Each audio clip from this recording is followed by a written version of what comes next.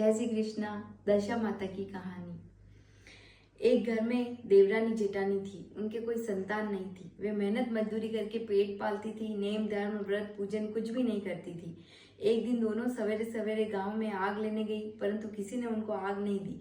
उस दिन गांव भर में दशा माता का पूजन था। दोनों खाली हाथ घर आकर एक दूसरे से कहने लगी कि आज तो गांव भर में दशा माता का पूजन है, कोई आग देती ही नहीं है, क्या किया जाए। आखिर जेठानी बोली कि कुछ हानि नहीं, आज अपने लोगों का भी व्रत सही, शाम को जब आग मिलेगी तब रसोई बना करके भोजन कर लेंगे।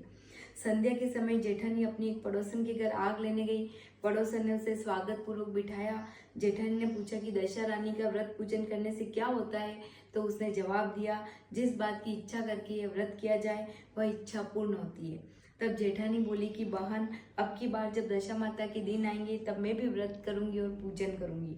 जेठानी आग लेकर पड़ोसिन के घर से बाहर निकली थी कि गाय चरकर आती हुई दिखाई दी। ग्वाला पीछे आ रहा था। उसके कंधे पर एक बछड़ा था और एक गाय उसको चाटती हुई उसको पीछे पीछे आ रही थी। पड़ोसन ने पूछा, भैया तुम्हारी गाय बहुत पहले ही ब्याई है या दोहला तेला है? उसने कहा है कि पहली ब्याई है। पुनः स्त्री ने पूछा कि बछड़ा ब्याई है या बच्चिया? तो ग्वाला ने जवाब दिया, बछड़ा है। तब जेठानी से कहा कि लो, अब घर जाकर दशा रानी का व्रत ले लो। 9 दिन तक कथा कहानियां सुनना, 10वें दिन के भीतर ही तुम्हारी मनोकामना पूर्ण हो जाएगी। तब उसने अपने घर जाकर देवरानी को भी यह बात बताई। निदान दोनों ने दशा रानी के व्रत लिए और दशा रानी का ध्यान स्मरण करके ये मनौती मनाई कि यदि हमारे यहाँ भी संतान पैदा हुई तो हम सुहागिनें न्योत कर सब कुछ कर देंगे। दशा माता की पूजा होने के पहले ही देवरानी जेठानी दोनों ही गर्भवती हो गई। 9 महीने 9 दिन के बाद दोनों के गर्भ से 2 सुंदर बालक जन्मे। बालकों के जन्म संस्कार के बाद ही देवरानी ने कहा, लड़के होने पर जो सुहागिनें न्योतने की मनौती है उनको न्योत देना चाहिए।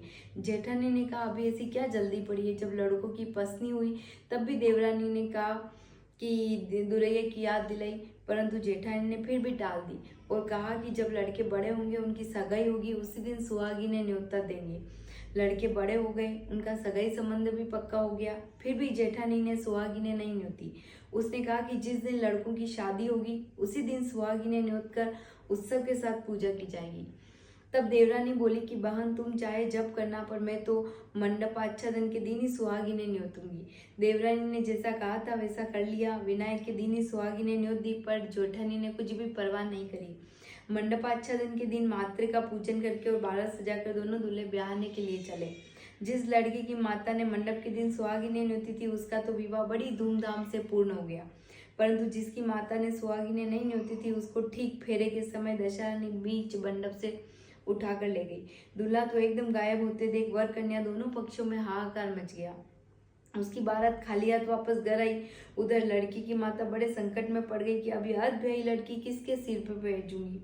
पास पड़ोस की चतुर स्त्रियों ने लड़की की माता को समझाया और ब्याह का जो सीधा सामान बचा था उसे लड़की के हवाले कर दिया। लड़की मंगते भिखारी लोगों को सदा व्रत देने लगी।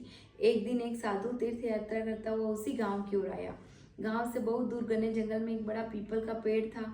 लोग उस पेड़ को पारस पीपल कहते थे। उसी पेड़ में दशा माता का निवास था। साधु चलता चलता शाम को उसी पेड़ के नीचे ठहर गया। वहां अंधेरा हो गया था। जब दिया बत्ती का समय हुआ तो झाड़ूदार ने आकर उसी पेड़ के पास मैदान में झाड़ू लगाई। फिर भिश्ती ने आकर जमीन छिड़की और माली ने आकर फूल बिखेर दिए। तब अनेक देवी देवता आए, पोशाक पहने हुए आकर यथास्थान बैठने लगी। सबसे पीछे स्वर्ग के राजा इंद्र का सिंहासन उतरा। उसी के साथ अनेक अप्सराएं साज सामान समेत लाई और इंद्र के सिंहासन के सामने नाचने लगी। उसी समय दशा माता उस अधब्याही लड़के को गोद में लिए पीपल के पेड़ से उतरी। इंद्र के साथ स्वर्ग से एक सूरा गौ भी लाई थी। उसने 2 कटोरा दूध दिया। लड़के ने अधब्याही के भाग का 1 कटोरा दूध अलग रख दिया और 1 कटोरा दूध पी लिया। जब तक नाच तमाशा होता रहा, दशा माता लड़के को गोद में लिए बैठी रही। सवेरा होते होते देवताओं का दरबार भंग हुआ। साधु भी वहां से चले गए, चलकर गांव में चला गया। वही साधु गांव में भिक्षा मांगता मांगता उसी अधब्याही लड़की के घर आया। लड़की ने उसके लिए भोजन बनाकर तैयार किया। बाबा जी भोजन करके बैठे तो एक लड़की ने बैठे तब तक लड़की ने 3 पतले परोस कर एक को अधब्याही वर के नाम से अलग सरका दिया।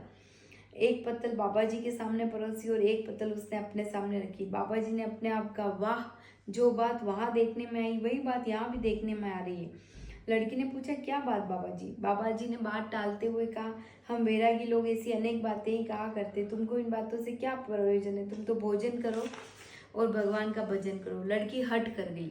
उसने कहा कि जब तक आप इसका भेद नहीं बताएंगे मैं भोजन नहीं करूंगी। फिर भी बाबा चुप रहे। तब लड़की बोली, आप साधु हैं, मैं सती हूँ।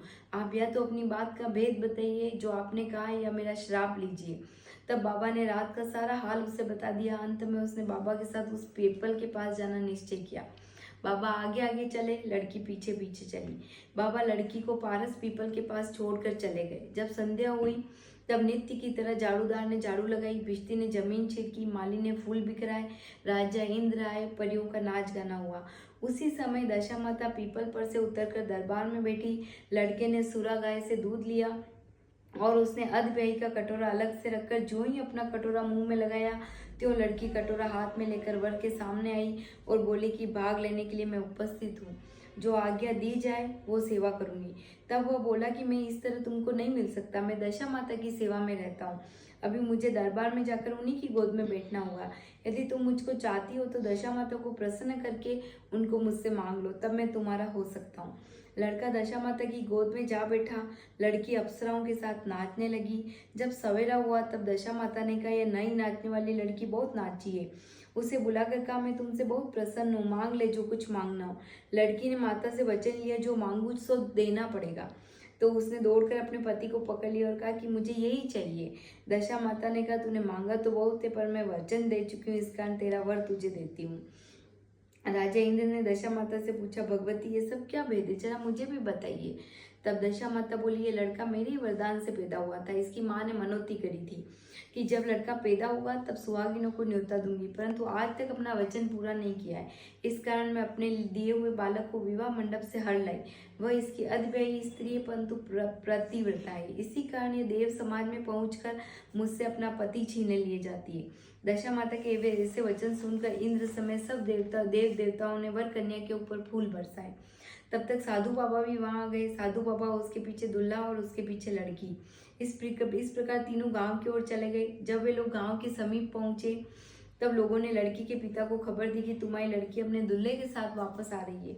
जिस दिन से लड़की चली गई थी, प्रथम तो उस घड़ी से वह लोकापवाद के मारे घर से बाहर नहीं निकलते थे, और जो जो और भी नई बातें सुनने में आई उन्होंने किमाड़ बंद कर दिए। उन्होंने समझा लड़की बाबा के साथ जा रही होगी। उसी संबंध में लोग मेरा उपहास कर रहे हैं। किंतु जब गांव की गणमान्य और प्रतिष्ठित लोगों ने भी उससे वही बात कही, तब वह लजाता शर्माता घर से बाहर निकला। और जब उसने दरवाजे पर सचमुच लड़की के साथ दामाद जी को खड़े देखा तो उसकी प्रसन्नता का पार न रहा। उसने इसी खुशी में बहुत दान पुण्य का, बधाइयां बांटी और फिर से विवाह की तैयारी की। परंतु लड़की ने अपनी माता से कहा, पहले वर के घर से सुहागिनों को न्योत कर बारात लाओ। अतः लड़की के बाप ने लड़के के घर खबर भेजी। वहां सुहागिनों को न्योत कर बारात चली। बड़ी धूमधाम से विवाह हुआ। वर बहू दोनों अपने घर गए। दशा माता ने जैसे सती की दशा फेरी, वैसी यह कथा के श्रोता वक्ता आदि का कल्याण करे। खोटी खरी अधूरी की पूरी। जय श्री कृष्णा।